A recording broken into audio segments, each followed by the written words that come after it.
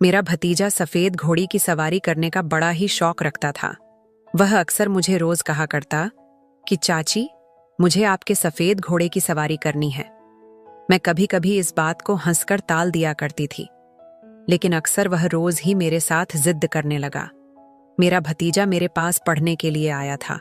उन दिनों मेरा पति विदेश में रहा करते थे। मेरा भतीजा कम उम्र का था, लेकिन धीरे धीरे उसमें बहुत सारे बदलाव आने लगे। वह सर बहाने बहाने से मेरे करीब आया करता था और फिर बहुत जिद किया करता कि चाची, मुझे आपका सफेद घोड़े की सवारी करनी है वह। लेकिन मैं उसे बच्चा समझकर टाल दिया करती थी।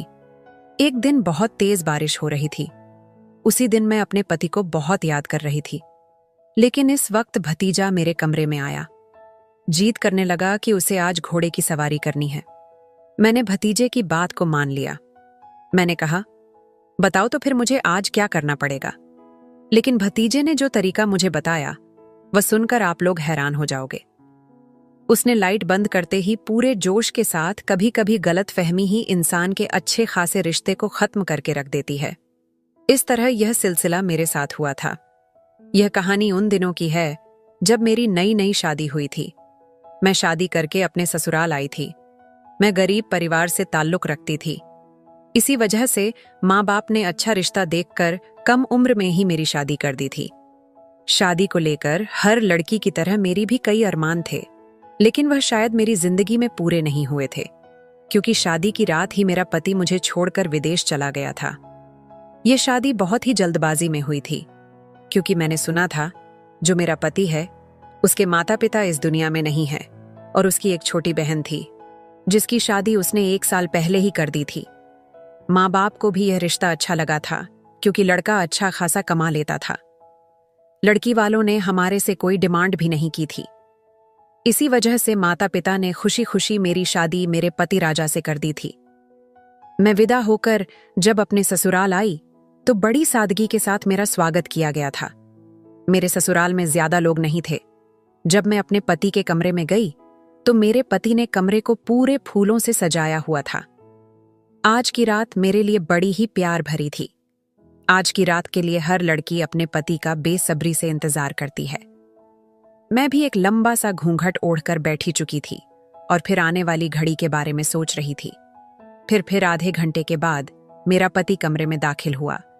मेरे पति ने आते ही कमरे को अंदर से बंद कर दिया था और फिर बैठकर बड़े ही प्यार से मुझसे बातें की थी।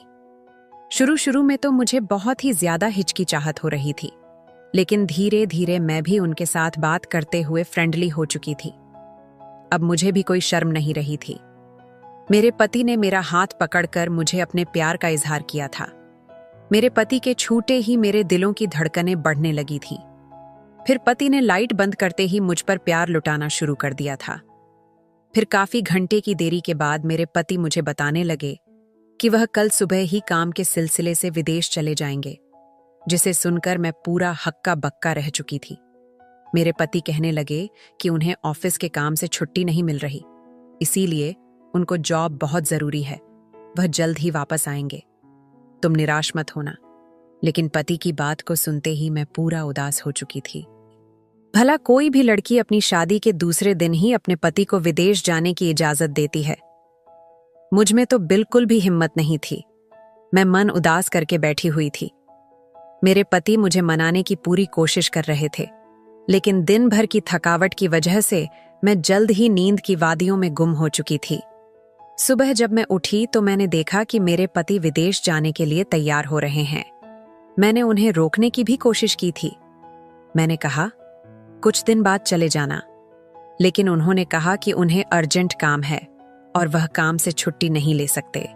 वह कहने लगे कि तुम चिंता मत करो, मैं जल्द ही वापस आ जाऊंगा। मैं नई नई घर में आई थी, इसी वजह से मैं ज्यादा बात पर बहस नहीं कि मैं भी मन उदास करके उन्हें खुशी खुशी जाने की अनुमति दे दी। पति की जाने के बाद मैं बहुत ज्यादा परेशान हो चुकी थी, क्योंकि पूरे घर मैं बिल्कुल अकेली थी। मेरे पास कोई चारा नहीं था। इसी वजह से मैं घर का कामकाज करना शुरू कर दिया।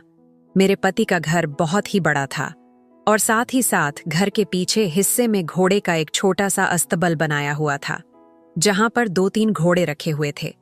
मुझे बचपन से ही जानवर से बहुत ही ज्यादा लगाव था, इसी वजह से मैं घर का कामकाज खत्म करने के बाद घोड़े को खाना देने के लिए चली गई। उनमें से एक घोड़ा सफेद रंग का था, जो दिखने में बहुत ही ज्यादा सुंदर था। उसे देखकर मुझे उसके साथ बहुत ही ज्यादा लगाव हो चुका था।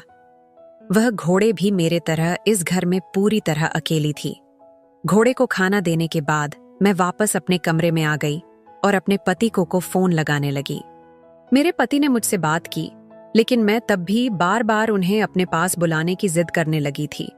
लेकिन वह बार बार मुझे यही कह रहे थे कि तुम थोड़े दिन इंतजार करो।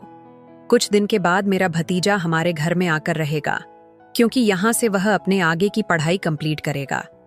हमारे घर कुछ की दूरी में बहुत सारे अच्छे कॉलेज हैं, इसी वजह से वह यहाँ पर रहकर आगे की पढ़ाई को कंप्लीट करेगा और तुम्हारा भी मन लग जाएगा। पति के कहने के बाद मैं कुछ देर शांत हो चुकी थी। मुझे भी यह सही लगा था कि कोई शायद इस घर में आकर रहेगा तो मेरा भी मन लग जाएगा। मैं अपने पति के साथ कुछ देर प्यार भरी बातें की और उसके बाद हम दोनों ने फोन रख दिया। उसके बाद मैं अपने घर के कामकाज में फिर से बिजी हो चुकी थी। मैं शाम का खाना बनाया और खाना खाकर मैं घोड़े के अस्तबल में चली गई थी। वहां जाकर मैंने कुछ वक्त घोड़े के साथ वक्त बिताया था। अपने हाथों से खाना खिलाए। जो सफेद रंग की घोड़ी थी, मुझसे बहुत ही ज्यादा मोहब्बत हो चुकी थी। उसकी आंखें पूरी नीली थीं। मैं जब भी उसके करीब आती तो वह मेरे आगे गर्दन झुका लेती, ऐसा मानो कि वह मेरे एहसासों को समझ रही हो। मैं वहीं अस्तबल में बैठकर उस सफेद घोड़ी के साथ बहुत सारी बातें करने लगी थी। मुझे भी उसके साथ वक्त बिताना अब अच्छा लगने लगा था। उसके बाद वह सारे घोड़े सो चुके थे तो मैं दोबारा अपने कमरे में आ चुकी थी और फिर बहुत ज्यादा थकी होने की वजह से मैं गहरी नींद में चली गई। सुबह में जल्दी उठकर घर के कामकाज करने शुरू कर दिए। उसके बाद घोड़े के अस्तबल में जाकर उन्हें भी चारा दिया। चारा देकर मैं कमरे में आ गई और कमरे में आकर फ्रेश होने लगी। जब मैं फ्रेश होकर निकली तभी घर के दरवाजे की जोर से बेल बजने लगी थी। मैं तुरंत भागती हुई दरवाजे तक गई। जब मैं दरवाजा खोला तो सामने खड़े शख्स को देखकर मैं हैरान रह चुकी थी, क्योंकि सामने जो शख्स था वह मेरा भतीजा था। उसे शादी में मैंने एक ही बार देखा था, इसी वजह से पहले ही नजर में उसे पहचान चुकी थी। वह मुझे देखकर कहने लगा कि चाची, आप तो आज बहुत ही ज्यादा खूबसूरत लग रही हो। मैं भी शर्मा चुकी थी। मैंने कहा, तुम अंदर तो आओ, मेरी तारीफें बाद में कर लेना, चलो जल्दी से अंदर आ जाओ। फिर उसने अपना एक बड़ा सा बैग सोफे की साइड पर रखा और कहने लगा, आपको तो पता ही होगा, मैं यहाँ पर पढ़ने के लिए आया हूँ। मेरे आगे की पढ़ाई यहीं से होगी।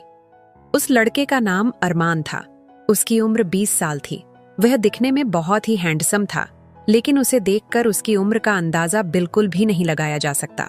उसकी बातों को सुनकर मैं उसे कहा कि हाँ, तुम्हारे चाचा जान मुझे बताया था कि तुम आने वाले हो, लेकिन तुम इतना जल्दी आ जाओगे यह मुझे नहीं पता था। चलो, मैं तुम्हें तुम्हारा कमरा दिखा देती हूँ। तुम थोड़ा देर फ्रेश हो जाओ, उसके बाद मैं तुम्हारे लिए नाश्ता लेकर आती हूँ। मैं अपने कमरे से कुछ दूर एक कमरा था, मैंने उसे वह कमरा दे दिया। मैंने कहा कि तुम आज से यहाँ रहोगे। उसे भी वह कमरा बहुत अच्छा लगा था। उसके बाद वह फ्रेश होने के लिए चला गया। मैं किचन में जाकर उसके लिए नाश्ता बनाने लगी थी। जब मैं नाश्ता बनाकर वापस कमरे में आई तो मैंने देखा कि वह बैठकर फोन में बड़ी गहरी निगाहों से कुछ देख रहा था। जब उसने मुझे देखा तो हाथ बढ़ाते हुए उसके हाथों से फोन नीचे गिर चुका था। उसके बाद मैंने उसे नाश्ता पकड़ाया।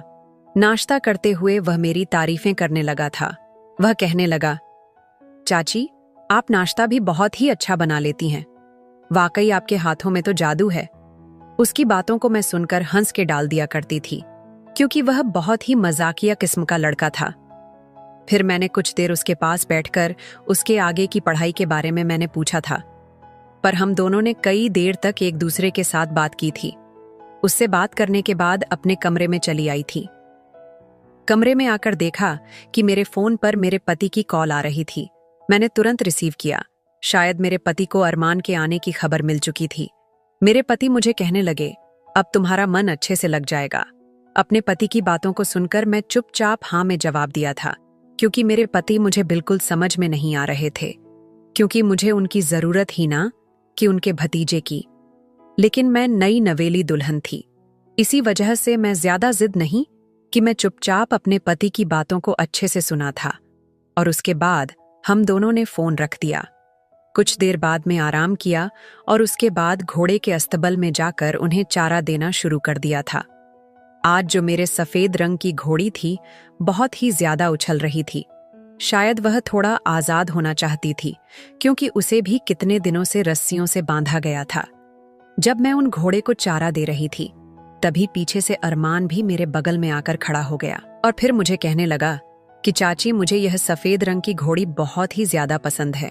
और कहने लगा, यह हूबहू आपकी तरह है, सुंदर है, आपकी भी कोई खूबसूरती देखकर मनमोहित हो जाएगा। इस घोड़ी की जो नीली आंखें हैं उसे देखकर कोई भी फिदा हो सकता है। फिर बात तो ही बातों में अरमान ने मुझे एक ऐसी बात कही जिसे सुनकर मेरे होश उड़ चुके थे। वह मुझे कहने लगा कि चाची, मुझे भी अपनी सफेद घोड़ी की सवारी करवाओ। कुछ देर तो मैं उसके सवालों को सुनकर चुप हो चुकी थी, फिर उसके बाद में हंसकर उसकी बातों को टाल दिया था। कुछ देर हम वहीं अस्तबल में बातें किया। उसके बाद हम दोनों घर में आ चुके थे।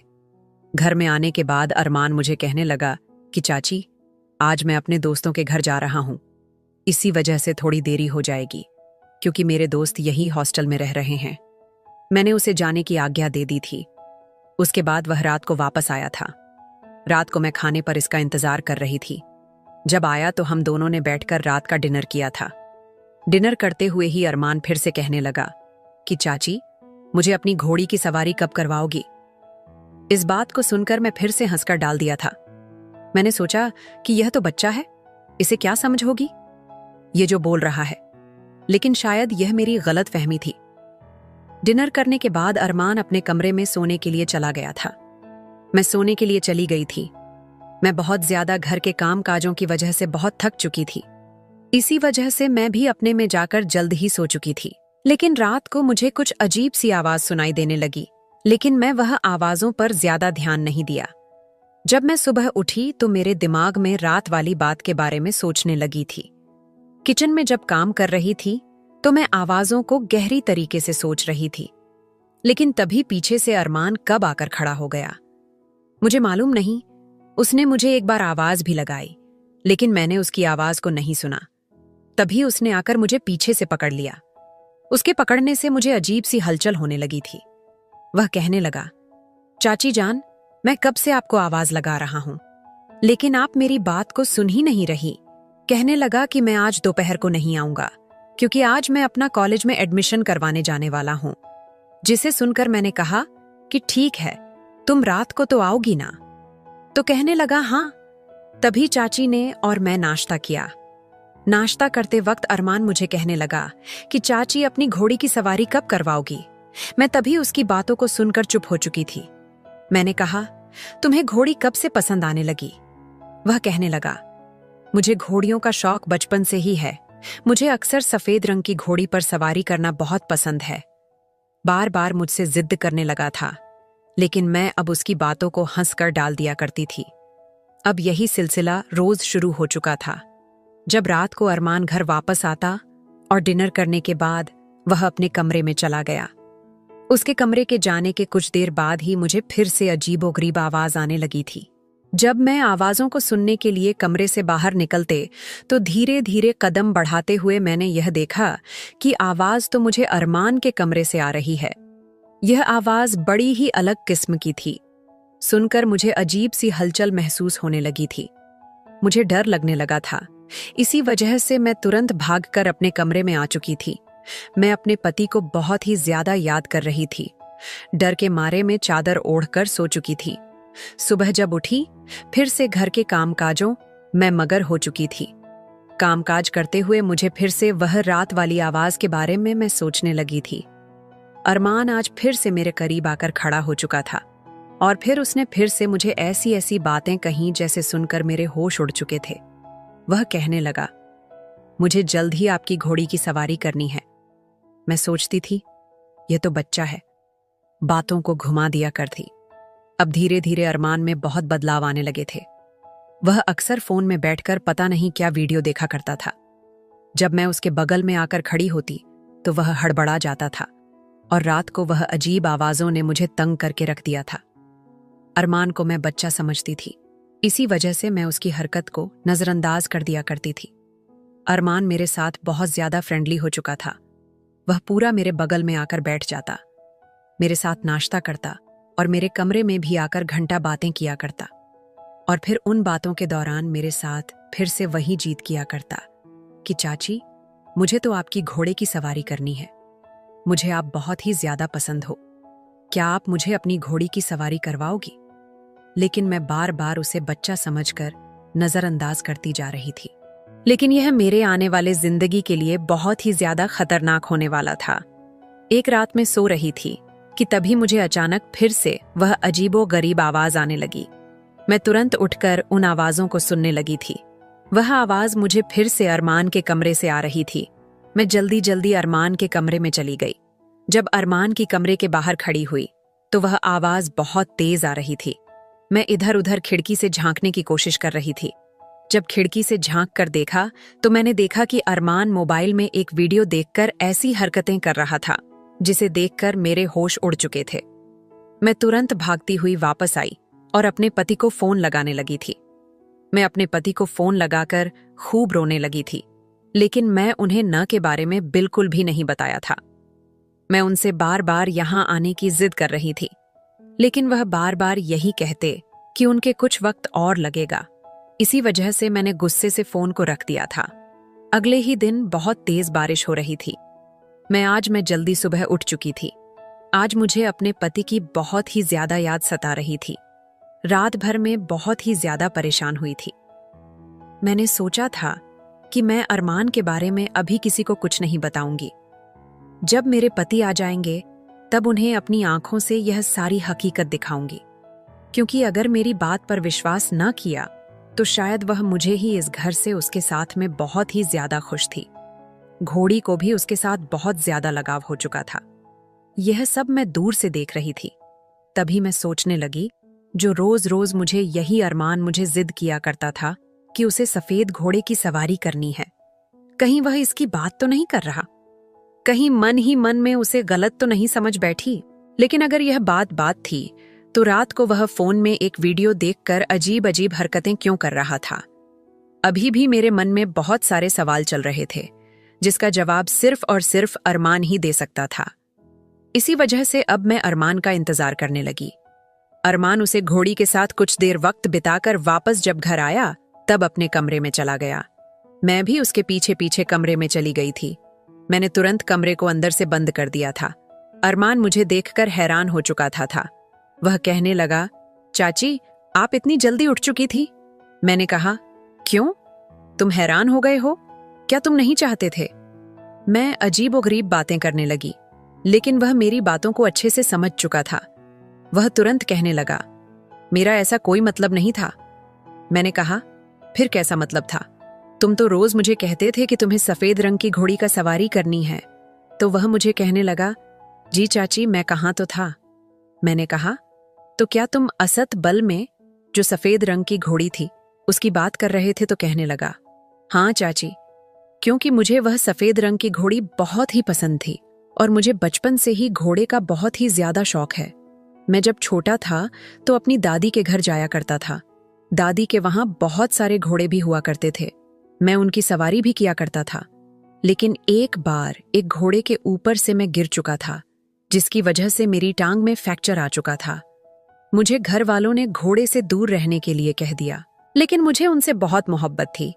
इसीलिए जब मैं यहाँ आया तो उन घोड़े को देखकर मुझे पुरानी बातें फिर से याद आने लगी। लेकिन मैं घोड़े पर सवारी करने का तरीका भूल चुका था। मैंने कहा कि फिर तुम कैसे उस घोड़े की सवारी कर रहे थे? वह घोड़ी भी तुम्हारी बात को अच्छे से समझ रही थी। वह कहने लगा, वह इस वजह से क्योंकि मैं रात भर फोन पर घोड़े को समझाने की वीडियो देखा करता था। उनको कैसे सवारी कराते हैं उसका तरीका भी समझ रहा था। जब मैं अरमान के मुंह से इन सारी बातों को सुना तो मुझे अपनी गलती का एहसास होने लगा था। मुझे अपने आप पर बहुत ही शर्मिंदगी होने लगी थी। मैं उसे गलत समझ बैठी थी, लेकिन वह तो बहुत ही अच्छा लड़का था। उसे भी मेरी तरह जानवरों से बहुत ही मोहब्बत थी, लेकिन मैं उसे गलत समझ बैठी थी। शायद एक बार मैं उससे बात कर लेती तो शायद सच का सामना पहले खुल जाता। फिर हम दोनों ने बैठकर कई देर तक एक दूसरे से बातचीत की थी। उस बातचीत के दौरान तभी मुझे घर की बेल सुनाई देने लगी। मैं तुरंत भागती हुई घर का दरवाजा खोलने के लिए भागी तो सामने अपने पति को देखकर मैं पूरी की पूरी चौंक-सी गई थी। सामने मेरे पति खड़े थे। वह मुझे देखकर बहुत खुश हो रहे थे। उन्होंने मुझे आज सरप्राइज दिया था। वह कहने लगे थे कि तुम बार बार जिद करती थी और मैं भी समझता हूं कि तुम्हारी नई नई शादी हुई है और अपने पति को दूसरे दिन अपने से दूर करना यह एक औरत के लिए बहुत ही कठिन काम है, क्योंकि तुमने कहा था, देखो मैं अपना काम जल्द से जल्द खत्म करके वापस आ चुका हूं और मैं अब यहीं से अपना काम शुरू करूंगा। मैं बहुत ही ज्यादा खुश थी। मेरे पति ने आज रात मुझ पर जमकर प्यार लुटाया था। आज मुझे अपनी गलती का भी एहसास हो चुका था। अगर मैं अरमान की बात अपने पति को बता देती तो शायद वह भी मेरी तरह उसे गलत समझ बैठते और उसकी इज्जत पर भी दाग लगता। वह तो भगवान का शुक्र है कि वक्त रहते ही उसने हमारी आंखें खोल दी। दोस्तों, कहानी अच्छी लगे तो लाइक एंड सब्सक्राइब कर देना और शेयर कर देना। धन्यवाद।